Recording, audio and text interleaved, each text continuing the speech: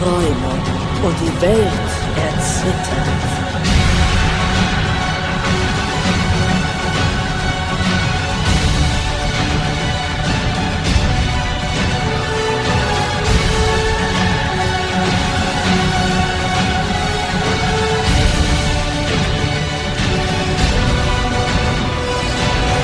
Yes!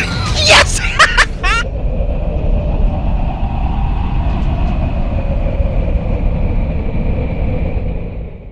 Hey guys, Clone Guy here, and today I have some exciting news.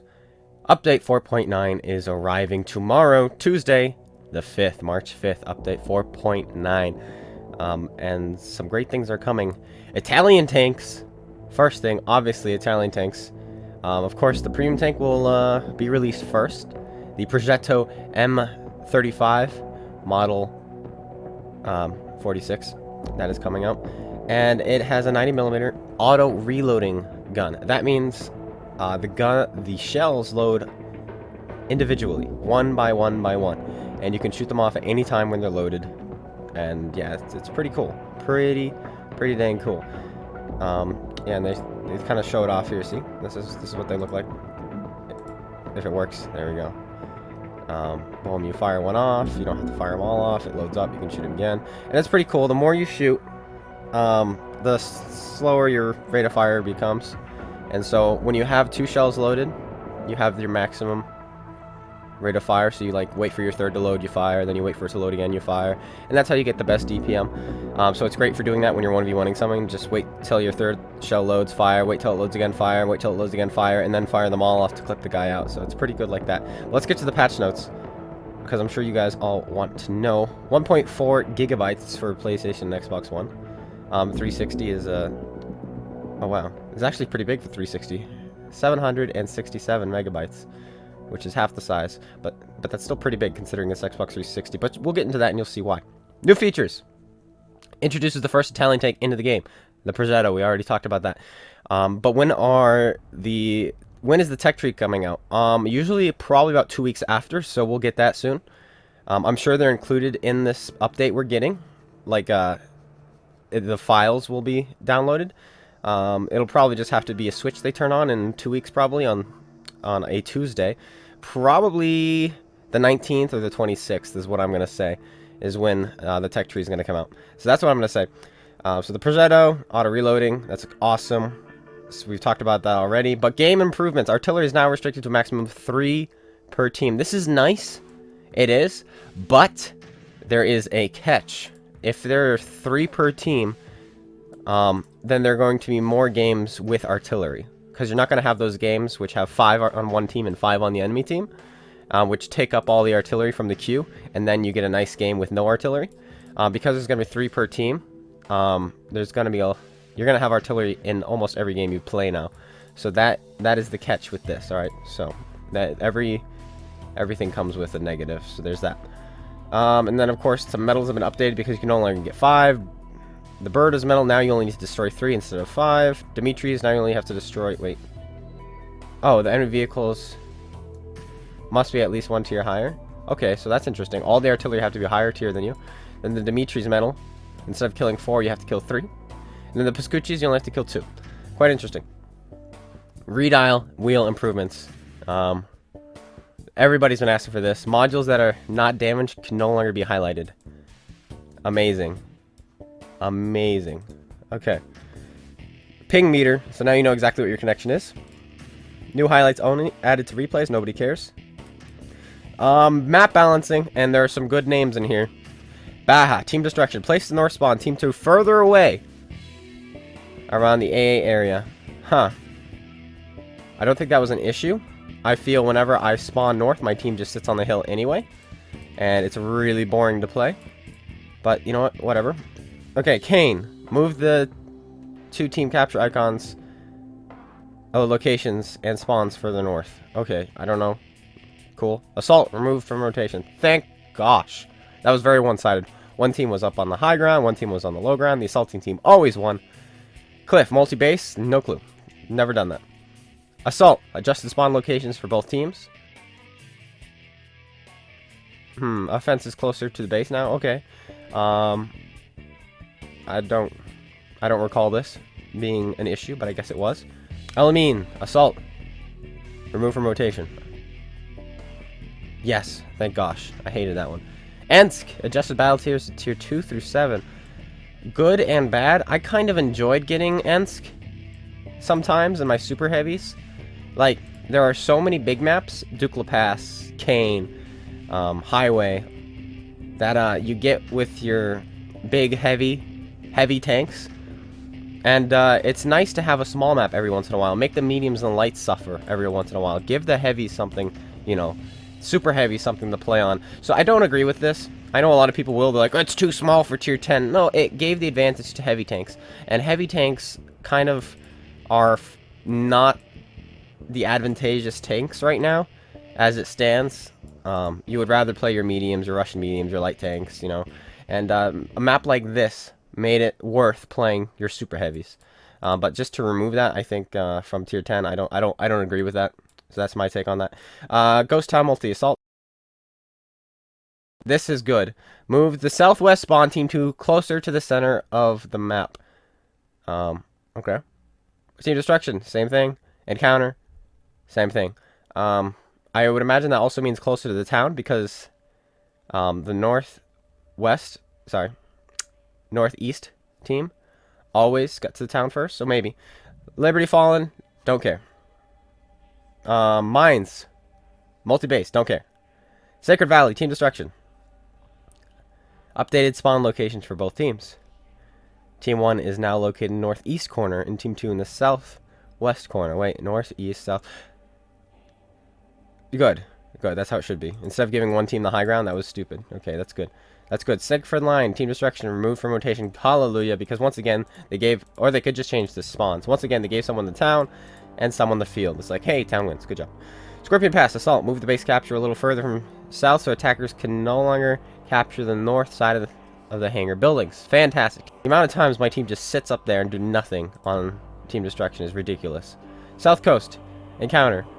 Move the north team spawns closer towards the base capture at B7 and pull the artillery prioritized spawns back. Once again, I don't care because they're going to wind up just sitting up on the hill anyway. So I frankly don't care. You can move them all you want. They're still going to go to the same place. Ravage Capital. Here we go. Here we go. This is good. Team destruction, move 5 spawn positions from the east side, team 1, and place them further southwest. Fantastic, I guess. But this is the big one, in case you guys have not seen the video on it. Assault, spawn, and base location have been updated for balance. They don't tell you what they did, but I'm assuming they're addressing the fact where when you are the assaulting team and you spawn, how is that map oriented, and you spawn all the way down south, you're able to cut off 1/3 of their team and just annihilate them. There's no place for them to run and they have no cover. And it was really dumb. So that's what I would imagine is getting addressed. So far, this is the best change because that was very unbalanced. Thieful Ridge, standard battle, move the north team spawns further from the base capture to A3, B3. Okay.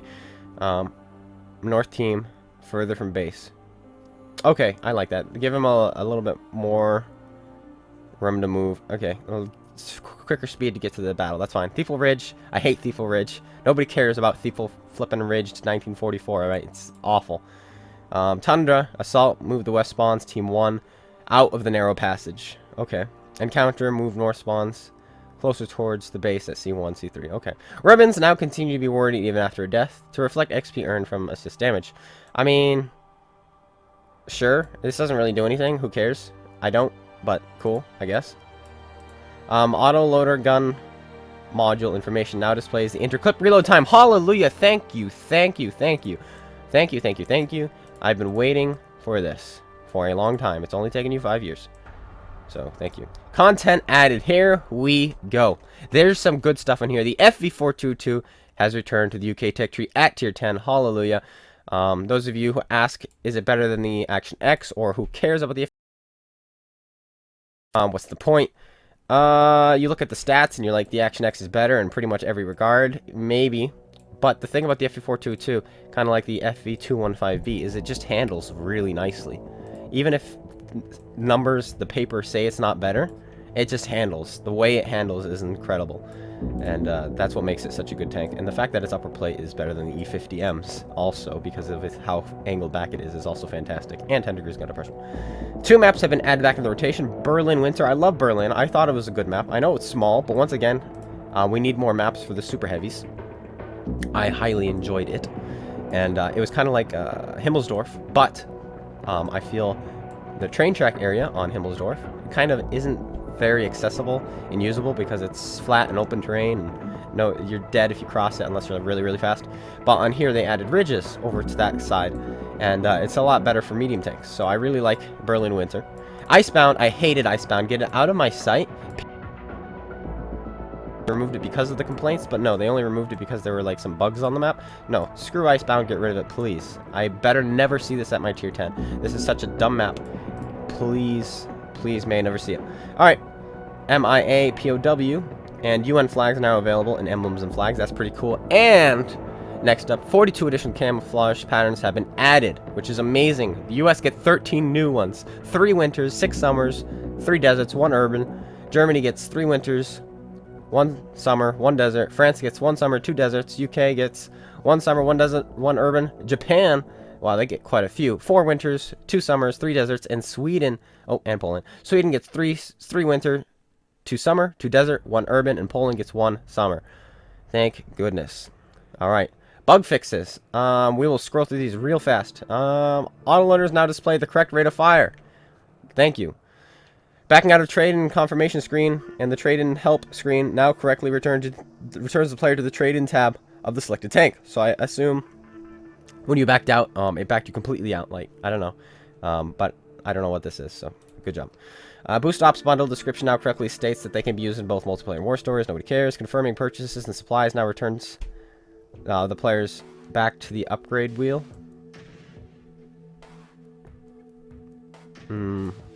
Okay. So you saved me 1 click. Thank you so much for that. Crosshair is now visible for artillery on the mini-map. So I would imagine when you press your back button and you're zoomed in and aimed, you can see where you're aiming. Oh, okay, yeah, you can see where you're aiming on the mini-map. I think is that what that means. Cool. Earnings, not that I care, because if you play this, you're a terrible person. Earning a reputation achievement can now be awarded when using a premium mercenary tank. Okay, cool. You get achievements for paying wargaming. Good job. Event tanks are now properly filtered out of War Stories tank reel. Okay, I didn't do War Stories, so I didn't know that. Fixed Japanese war chest description. Okay, those of you who I guess are Japanese, you had an issue. HP bar now displays the correct values for tanks. Hallelujah! This is the best one. No more 0 health tanks. They just showed random numbers. I swear they just showed random any kind of number they wanted to on above the tanks. You'd shoot them and then you'd roll for something, but then it would say something else because reasons. It didn't care. Post battle results screen. Reward text no longer overlaps the icon for completed ops. Okay, people care about this because I frankly don't. Okay, platoon menu colors have been changed from white to black when selection is highlighted, and then 360. No more black screens when loading war stories and platoon. Camouflage names from the reward. Turn on. They prevented the cutoff. Good. Base capture timer circle now correctly stays in sync when you're doing replays. I don't care about replays. I really don't. Sorry, but the replay system still sucks. Alright, it's great for taking pictures. Scrolling function is now consistent in all areas of the game. No clue what that means. Solo platoons are no longer receive the disband platoon pop-up. Hallelujah!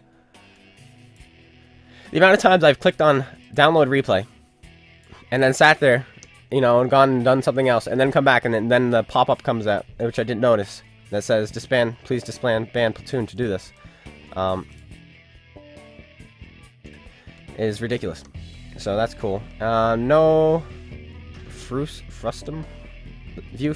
I don't know what this means. I speak English. Maybe I do know what it means, and I just don't know what it says, and I just can't read. No longer inverts the artillery trajectory camera under certain circumstances. Okay, I don't know what that means, but cool. Fantastic. Okay, but anyway, tanks. All of this, I'm not even going to get into this because none of these are balance changes. These are just model changes, fixes, and so on and so forth. So we're not even going to get into any of this. But maps, cliff, players can no longer climb the mountain at E4. Dang it! I loved E4. It was OP. Hidden Village. Building at G7 no longer leaves an invisible barrier after its destruction. Okay. Panama adjusted the terrain and rocks at H6 and C9 to prevent getting stuck. I don't know what these rocks were, and if you got stuck, but apparently you did, and anytime I see to prevent getting stuck, I'm happy, okay? Prokhorov adjusted the terrain at B7 to easier drive up the road. I'm trying to think of where that is. I'll show you on screen. I have no clue where that is. Sacred Valley adjusted the terrain rocks at K5 to prevent getting stuck. Once again, when I read getting stuck and them fixing it, I'm happy. But there we go. That's the update. What's coming tomorrow. But let's get into some Italian tank stats and some FE422 tank stats. So the Italian tanks, though they're not coming out tomorrow, this one is. I will just jump into the lower tier stats, and then we'll jump into the higher tier ones just to compare them real fast. Okay. Standard gun. Very standard gun on a tier 5. Caliber. Standard standard accuracy on a low tier.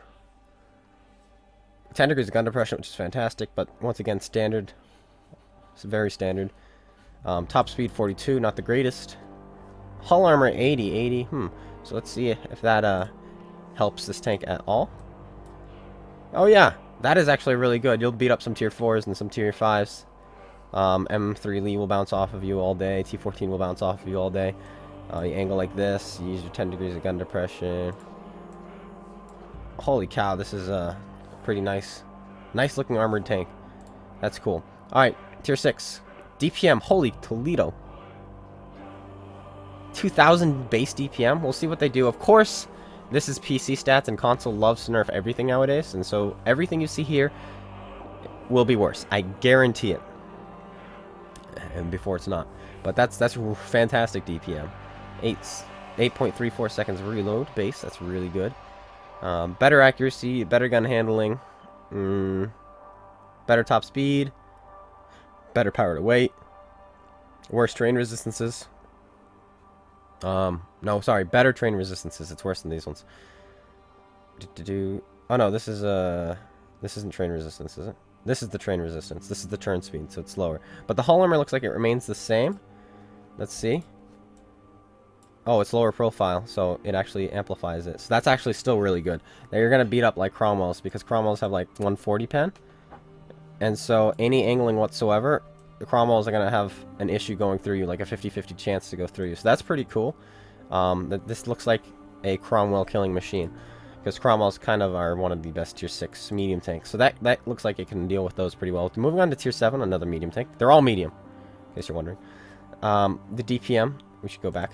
The DPM goes down a little bit, but the gun, it looks like it punches better. Let's see, the gun handling better? Yes, the gun handling is better, which it should be, considering you've gone up a tier and the alpha and DPM have dropped. It's gotten faster. The hull armor has gone up again. Wow, these is up to tier 7. The armor is really good. But I think this is based off of... This looks like a Leopard. This looks like a Leopard 1 hull. In fact, I think it is. I think this is a Leopard 1 hull, just with more armor. In fact, this armor is really good.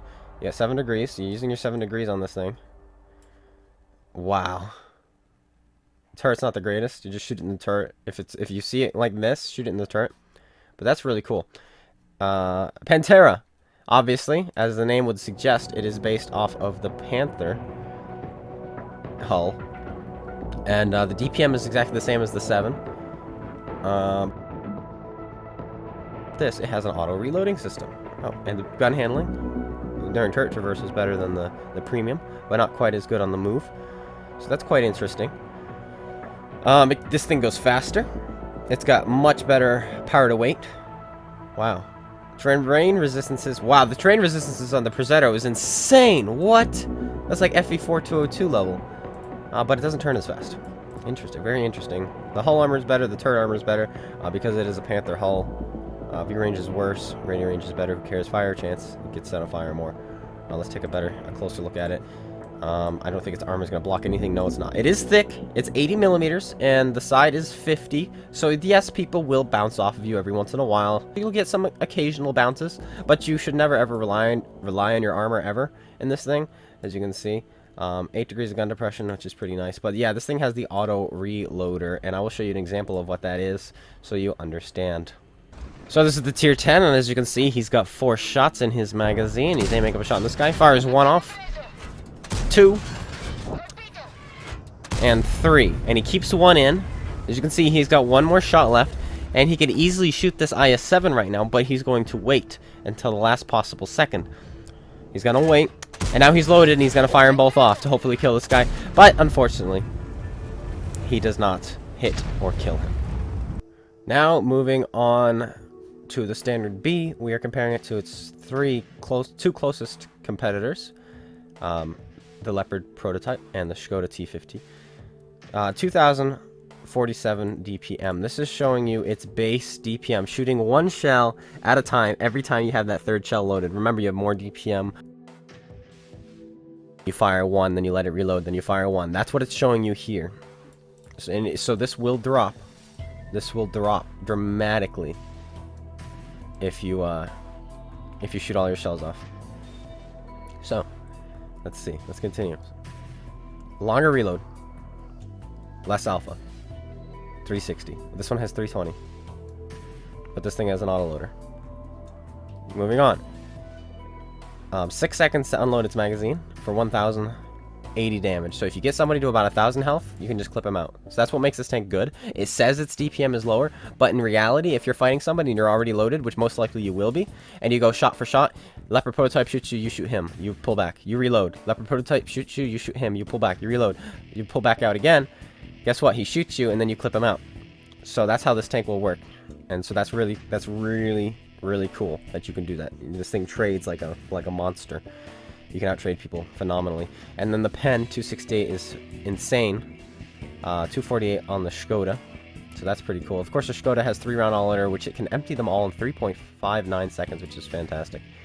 And then the Leopard has no autoloader of any sort, but that's okay. But the Leopard, what it does have is phenomenal gun handling. Though this is not bad either.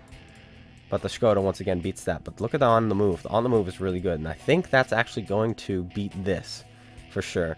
And in fact, it might even beat this a little bit. Some cases, maybe. Depression, 10 degrees compared to the 8. It's fantastic. Goes 65. Once again, fantastic. Has barely more power to weight. Just barely. But it gets trumped by this because this thing just has an engine. But it has a speed governor, so it only goes 50, unfortunately. But this thing goes 65. And that's really helpful. For sure. Same terrain resistance, because I believe the standard B is a Leopard prototype hull pretty much. You can see there's some difference, but it's based off of it. And then this thing turns faster, which is interesting because the terrain resistances are the same. This thing has better... Oh, this is turret traverse, not tank traverse. Never mind. Ignore what I'm saying. But you can see it has no armor to speak of and is even easier to penetrate than the Leopard prototype, and you can even HE it. Like, I think you could probably fire some Hesh. The FE422 is going to love shooting this thing. So that's going to be nice. View range, only 390. Leopard prototype is 400. On console, it's 410. It's 410. So keep that in mind. And this is only 390. And remember, this is all going to get nerfed. I guarantee this is all going to get nerfed when it comes out. But quickly, let's go look at it. Its 3D model, because you're probably interested to see. The 50 is only here. This part is 25. That's awful. This is going to be an HE magnet, artillery magnet. This thing is going to get penned all day. So, that's unfortunate. And even if you use your 10 degrees of gun depression, I mean, this is still going to get overmatched, and the 50 is still, like, as long as you don't shoot this thing in the mantlet, you're going to pen this thing every time.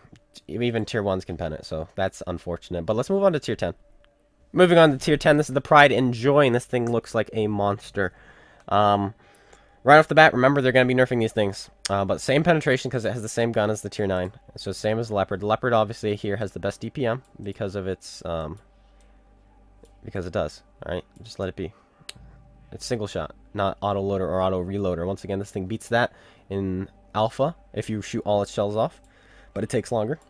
2.5 seconds into clip. Fantastic. 0.59 seconds. That's a long time for one shot. For 360 alpha, that really is. But let's continue. This is where it shines. The gun handling gets even better than its tier 9 self. And the Leopard got buffed on console. These numbers are much better. This thing is insane at shooting on the move now. So I think the Leopard will still definitely beat it in regards to gun handling. If you guys haven't used the Leopard 1 since they buffed its gun handling, it's insanely good now. So I have a feeling it beats this. So that's pretty cool. This tank, it kind of lags behind. Even though it's really good still, it lags behind nowadays. Just because the buffs Leopard got and now the Progetto. Same top speed. Once again, lower power to weight because it's a bigger tank. But it still gets beat by the TVP, which now goes 60. But still, once again, has the speed governor, keeping it at 60 because it feels like it can go faster for sure. But there's that. All these numbers are the same because they're all kind of based off, once again, I think the Leopard. So those are all the same. 9 degrees of gun depression, tying with the Leopard, which is fantastic. Very fantastic. And Traverse is the same as the Leopard. It's all the same except for effective medium. I don't know why that's different. Interesting. But then we get to the armor. And it says 50 once again. It sounds lower than the Leopard, but this is actually better. And the turret is better as well. And you're going to find yourself bouncing off of this thing if you auto-lock all the time because of this. Look at this. It is mounted back at a 72-degree angle. That is an auto-ricochet angle. Okay, so if you don't have a 151mm gun, you're going to bounce off of this. Unless, of course, you're above him at all. And it is a sleek tank, so you will have quite often. So if you face hug this thing, just aim your gun down. You'll be fine, because then you'll be looking down at it like this, and boom, go through it. If you're looking at a level playing field, you're going to have to shoot the lower plate, believe it or not. Which is kind of crazy. Side armor, none to speak of. It's 40, so you can actually kind of bait shots against 120s and other medium tanks. Rear armor, HEable. But once again, if you're above this thing, or if you're in an Action X, or guess what, the FE4202, and you're firing Hesh. Hesh is not governed by the auto ricochet at 70 degrees. It does not. It will always attempt to penetrate until 85 degrees. So if you're firing Hesh at this thing, HE, and you have high pen HE shells, you will penetrate this. So FE4202 is going to chew this thing up. So keep that in mind. You may be able to troll other medium tanks, but if you're fighting an FE4202, or you're in an FE4202 fighting one of these, shoot your Hesh shells. You have a better chance of penetrating him with your Hesh than you do with your APCR. That's quite interesting tip for you to use. And once again, it has lower view range than the other two. And 10% fire chance, which is fantastic. Something about the Leopard 1, which is just phenomenal, is the 10% chance of getting hit in when hitting the engine, which is something the Leopard prototype doesn't have. The Leopard prototype burns. The Leopard 1 does not burn, and so that allows you to take food if you want, or an extra repair kit if you want. And that's something I do on my Leopard. I take 2 repair kits and food, because my crew for some reason don't die either, which is crazy. But yeah, so there they are. We're gonna jump into one more aspect. I know this has been a long video. Let's see how long we've been recording so far. Well, 12 minutes for this segment so far, so this is probably gonna be like a half hour video, but I want to cover all the bases. We're going to jump into the Action X and FE4202 now. FE4202 and Centurion Action X. Here we go. Same exact gun. Alright? Not really. This one has the Royal Ordnance, and this one has the something else. So this one has the Centurion 7.1 gun, which I like better because it sounds cooler. And I forget what this one's called because it's not even cool. One thing I didn't mention, which I need to mention now, the FE422 gets this special round. Premium Hesh, 210 millimeters of penetration, and your DPM gets bumped up massively. This is your premium round. You do not get heat, and it's insane. Almost 3,500 DPM. Well, actually, if you load on a large caliber gun rammer, you load on a vertical stabilizer, you load on your improved ventilation, you're a baller, so you're putting in T, you get your camouflage, recon, and situational awareness. I just want to see the view range. Oh yeah, you don't need optics. Gun handling becomes amazing. 0.28 accuracy and 4,231 damage per minute. So if you're fighting tanks, medium tanks, which they're going to be a lot of Italian tanks, guys, FE422 is the baby. You will feast on them, and you will farm the living daylights out of these guys. If you're firing Hesh, you're gonna farm the Italians. So let me tell you guys, this is the tank to use right now. Within the next couple of weeks, this is the tank. It's going to feast on the Italians. Pull it out, have some fun, and just farm some kids. So same DPM, same alpha, same rate of fire, same damage, same caliber, same shell velocity. same range. This one has slightly more ammo, which is fantastic. You can take a plethora of standard rounds, a plethora of premium hash. I probably won't take any standard hash, but you can take a ton of those too. Aim time is the same, accuracy is the same. And now you get to this, the soft stats. And this says its dispersion values are better when moving, but you have to remember this also moves faster. And so the circle does actually get a little bit bigger, and this tank just handles nicely. The tank drives real nice. And so this isn't actually that bad, all things considering, because of its speed. Once again, same gun depression, same elevation, and then once again you see greens over here and no greens over here. 40, 53. This thing is slow, but we'll see if they buff it to 50 like they did on Blitz. They might, but expect it to be 40. Okay, so it's slower. Continue. Engine power, weaker engine, but it's a lighter tank. Therefore, it has 20.25 horsepower per ton, which is fantastic. So it beats the Action X there again. Then you get to terrain resistances. And once again, you're like, the Action X says it's better. It does, but for some reason, once again, this tank just feels better. It does. I've used both of them, and this tank just feels like it has Velcro on its tracks. This was the old tank you would use to boost up before physics came in, and before the Action X. You could climb things with this tank and get to places other tanks couldn't get to, which was crazy. But moving on, turret traverse, that's still slightly slower. Hull traverse is the same, but look it. Even though this thing says its terrain resistances are worse, but the tank traverse speed are the same, why does it turn better on medium and soft? Because its terrain resistances, which you don't see here, are actually better. They are better. I don't know why this says it's not. I think tanks.gg might be wrong, because they are better. I am almost certain they're better than the Action X, and looking at this kind of confirms that. So that's interesting. Moving on. Hull armor, 121 compared to 120. You're thinking, oh, that's not much of a difference. Oh boy. Oh boy, let's look at the Action X. The Action X hull is actually really good versus tier 8s and some light tanks. Like, look at that. That really trolls tier 8s a lot. So that's pretty nice. And then the turret got buffed, and so that's insanely good. But when you jump into the FE4202, we're going to have to go back a couple versions.